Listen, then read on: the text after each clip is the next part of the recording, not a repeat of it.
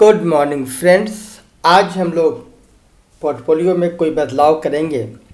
उसके पूर्व देखेंगे कौन कौन सा ट्रेड हमारा समय निकल चुका है और वो ट्रेड प्रॉफिट में कन्वर्ट नहीं हुआ। यदि ऐसा हुआ तो हम अपने निजी पोर्टफोलियो में ऐसे ट्रेड को एग्जिट करेंगे, क्योंकि मोस्ट ऑफ द टाइम जब हम ऑप्शन ट्रेडिंग कर रहे होते तो इमोशन के अंदर हमें इन्वॉल्व नहीं, टाइम फ्रेम के अंदर हमें इन्वॉल्व होना होता है। जबकि 95% पीपल्स टाइम के प्रति नहीं, वो प्रॉफिट के प्रति चलते हुए होते हैं। तो हमें उनसे थोड़ी सी चीज़ों को अलग करना है, जिस वजह से हमारी प्रॉफिट की प्रोबेबिलिटी थोड़ी सी बढ़े। यही हमारा मुख्य उद्देश्य है। इस उद्देश्य में हम लोग कितनी कामयाब हो पाए हैं, यह बातें आज इस वीडियो में आपको देखने को मिलेगा।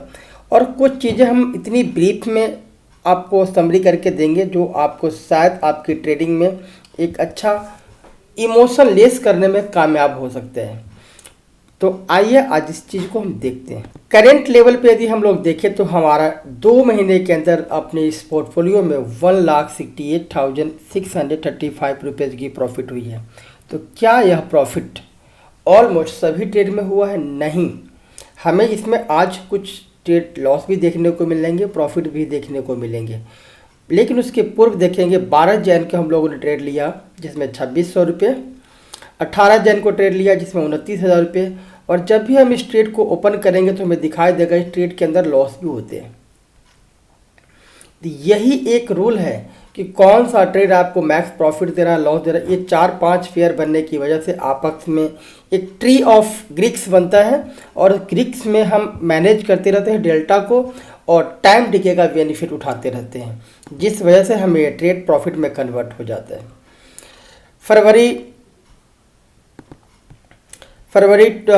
हमने 21 जनवरी को फरवरी पार्ट 2 बनाया, 5700 रुपये की प्रॉफिट किया। निफ्टी लॉन्ग और शॉर्ट स्ट्रेटजी, इसमें हमने क्या किया था, 2 अलग अलग एक्सपायरी को कम्युनिकेट करके हमने इसमें ट्रेड बनाया था और इसमें भी हम लोगों ने 18,000 रुपये की प्रॉफिट बुक की है। इसी प्रकार से हमारा अगला ट्रेड था सिंगल हाई वोलेटाइल ट्रेड। इस ट्रेड में हम लोगों ने 600 रुपये की प्रॉफिट बुक किए। कंटिन्यू इस प्रकार से हमारी प्रॉफिट लगातार गिन गई है। एक वीकली ट्रेड हमने 11 फरवरी को बनाई जिसमें हमें यह ट्रेड प्रॉफिट होने के बावजूद भी टाइम भी निकल गया और प्रॉफिट अनवाइलेंस होने के कारण हमने इस ट्रेड में लॉस बुक कर लिए। यह गलती थी हमारी। यह गलती क्या थी, हम इमोशन के अंदर इन्वॉल्व होकर के और वीगा निगेटिव ट्रेड ले गए थे जिस वक्त मार्केट हाई वोलेटाइल थी। 11 फरवरी, अभी अगर फरवरी से मार्च की सीरीज लें तो क्या हो रहा है आपको बहुत अच्छी तरह पता है। इसी प्रकार से एक अगला ट्रेड हमारा 11 फरवरी के बना, वो जिसमें 8,000 की रनिंग प्रॉफिट आई। और एक ट्रेड हमारा फिर से बना मार्च सीरीज में ही, फरवरी सीरीज में, फरवरी मार्च का, इसमें 245 रुपये। ओपीजे मार्च सीरीज हमने बनाई, इसमें 12,000 रुपये। और इसी प्रकार से कंटिन्यू ट्रेड चलते आए और जो सारे ट्रेड का नेट प्रॉफिट है आज के डेट में वो करेंटली लगभग 1,68,000 रुपये का रहा।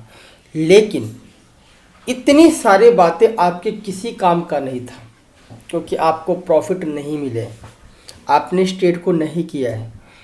परंतु आज जो हम इस वक्त इस आपसे बात करेंगे और इसमें हम आपको डिटेल्स में समझाएंगे, उसमें आपको मार्केट के प्रति विश्वास जगेगा।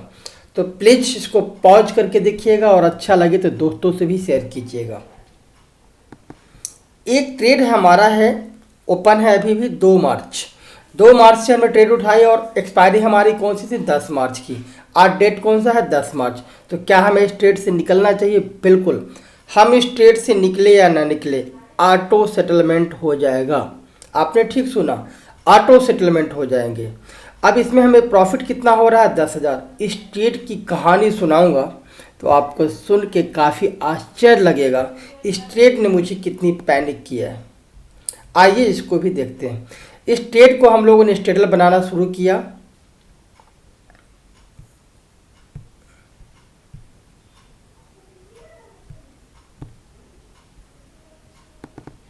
जब इस ट्रेड को हम लोग स्टेटल बनाया, मार्केट उस दिन 35,000 रुपये थी। यदि आप चार्ट पैटर्न पे 2 मार्च में जाकर के सीरीज देखेंगे तो आपको मार्केट की सारी कंडीशन मिलेगी। मार्केट इस लेवल पे ही ट्रेड कर रही थी। यह 2 मार्च की ट्रेड है। इस लेवल पे मार्केट ट्रेड करी थी। ये हमारा निफ्टी का चार्ट लगा हुआ है। Just a minute friends.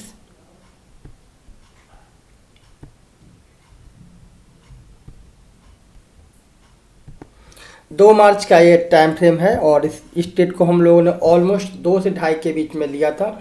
उस वक्त निफ्टी की रेंज 35,000 के आसपास थे, परंतु जब यह ट्रेड बनाया गया तो उस वक्त हम लोगों ने 35,500 की call put single lot sell किए और इसको हैजिंग करने के लिए 17,000 की एक लॉट कॉल और नीचे में 34,000 की पुट हमने बाइंग किए। जब ये 4 ट्रेड का कम्युनिकेशन बनाया गया उस वक्त हमें मैक्सिमम लॉस 13,000 रुपये का दिख रहा था और मैक्सिमम प्रॉफिट 24,000 की दिख रही थी। यानी रिस्क डिफाइंड स्ट्रेटेजी अगर हम लेके चले तो बहुत ही सुंदर था, परंतु उसके अगले ही दिन ट्रेड में मुझे बहुत अच्छी खासी करेक्शन देखने को मिले, क्योंकि मार्केट अगले ही रेंज में ब्रेकडाउन खुला ही तो ब्रेकडाउन खुला ही तो हम ट्रेड को कैसे संभालते। सबसे पहले हमें ट्रेड संभालने की कला बहुत सुंदर होनी चाहिए। तो अगले दिन हम लोगों ने क्या किया, यहाँ पे जो 37,000 की कॉल थी उसको शिफ्ट कर दिया 36,800 की कॉल और यहाँ पे हम लोग लॉस बुक कर गए 3800 की। और नीचे में जो हमारा 34,000 की पुट था उसको हम लोगों ने शिफ्ट किया और हमने वहाँ पे 34,200 की पुट बाइंग कर दिए। अब हमारा ट्रेड इस प्रकार से कम्युनिकेट हो गया। देन कुछ ही दिन बाद हमने ट्रेड में क्या देखा, फिर से अगेन क्या कहानी बनी। यह जो गैप डाउन थी यह फिर से गैप अप में शुरू।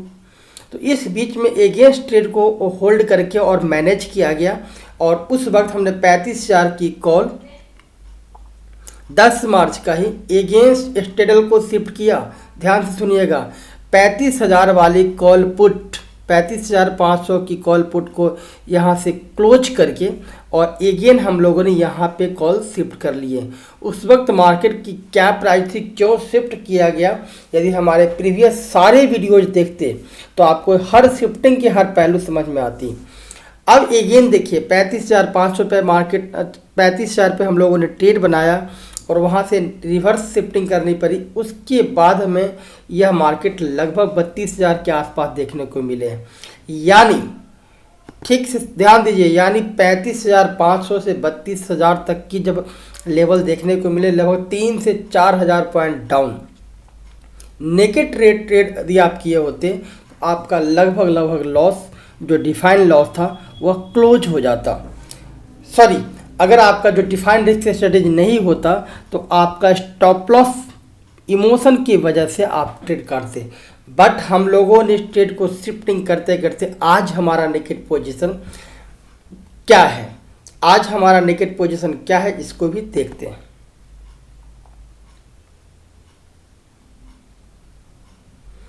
इस वक्त इस ट्रेड में हमारा आज नेकेड पोजीशन है 34,200 की पुट, 35,000 की कॉल और 35,000 की पुट। अब हम क्या देख रहे हैं, ध्यान से देखिए क्या यहाँ पे क्या हो रहा है। हमारे 35,300 की कॉल क्या है, लॉन्ग, और एगेंस्ट में क्या लॉन्ग है 35,800 की कॉल, सॉरी 35,000 की पुट, ये हमारा शॉर्ट है।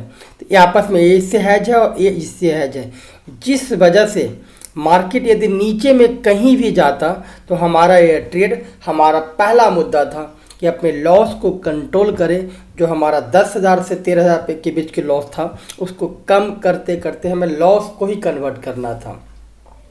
बट इस वक्त यह ऑलरेडी ट्रेड रिवर्सल हुआ, मार्केट गैप अप ओपन हुई और हमें इस पॉइंट्स पे ही ट्रेड को काटनी थी, बट किसी निजी कारण से मैं ट्रेड को नहीं देख पाया। अब हमारा ये ट्रेड इधर में कहीं पे भी जाएगा तो मुझे मैक्सिमम प्रॉफिट कितने मिलने वाले हैं, 9,000।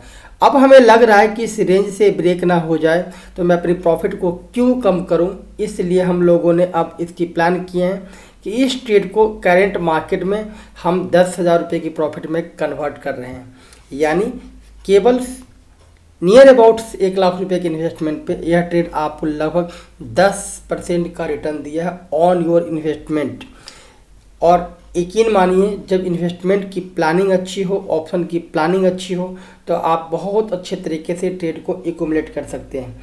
तो यह एक हमारा इन्फॉर्मेशन था एक कि हम लोग आयरन फ्लाई को कैसे कंट्रोल कर सकते हैं। और करंट मार्केट में जो भी प्राइस चल रहा है उस प्राइस के हिसाब से हमने अपने निजी पोर्टफोलियो को अंदर में ट्रेड क्लोज कर दिया और यहाँ पे भी हम वर्चुअल ट्रेड को क्लोज कर रहे हैं। यह हमारा एक सिंपल से रूल्स था। आज हम फिर अगेन देखेंगे अगली ट्रेड हमारा कौन सा ओपन है जिसमें समय बीत रहा है और हमें प्रॉफिट करके आगे की ट्रेड में शिफ्ट हो। अब हमारे पास ट्रेड ओपन है लगभग 22 फरवरी की। इस ट्रेड को हमने काफ़ी मैनेज करने की कोशिश करा लेकिन हमसे मैनेज अब नहीं हो पा रहा है, इसलिए हम लोग अब इस ट्रेड को भी एग्जिट कर देंगे। और जो भी हमारा लॉस हो रहा है 10,000 के आसपास, हम इस ट्रेड से एग्जिट करके अपने इस फंड को आगे शिफ्ट करेंगे, क्योंकि इस ट्रेड को हम लोगों ने मैक्सिमम टू मैक्सिमम जो भी प्लान करना था वो कर लिया और ये ट्रेड हमारा मैनेज से बाहर जा चुका है। जब भी हमारा कोई भी ट्रेड इस ग्रीन लाइन से बाहर हो जाएगा तो हम इसमें कोई भी डिफाइंड रिस्क स्ट्रेटजी होने के बावजूद भी मैक्सिमम शिफ्टिंग की प्लान नहीं करेंगे। अपने को जो भी शिफ्टिंग करना था हमने कर लिया है। इस ट्रेड को भी आज हम लोग लगभग लॉस में बुक कर रहे हैं। इस प्रकार से 2 ट्रेड आपके सामने बुक हुआ। अब हम तीसरी ट्रेड की बात। अब तीसरी ट्रेड हमारा कौन है? यह ट्रेड 8 मार्च को हमने बनाया है। 8 मार्च को क्यों बनाया, इसके पीछे क्या लॉजिक था?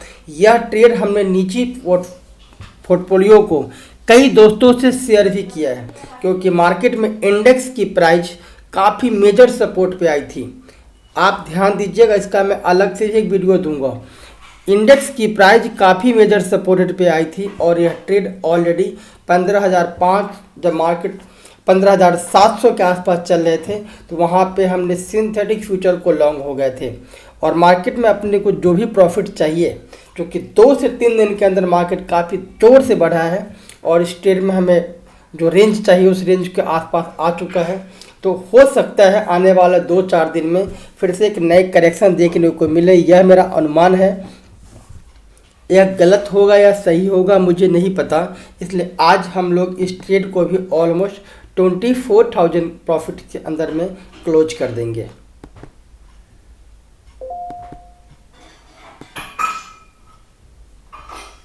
इस प्रकार से हम लोगों ने 3 ट्रेड को क्लोज किया। अब हमारा कौन सा फोलियो है जिसको हमें क्लोज करने की ज़रूरत है और करेंट सिनेरियो में हमारा क्या नेट प्रॉफिट कन्वर्ट है उसको हम देखेंगे। तो अभी हमने नीचे से सारे ट्रेड को क्लोज कर दिया है।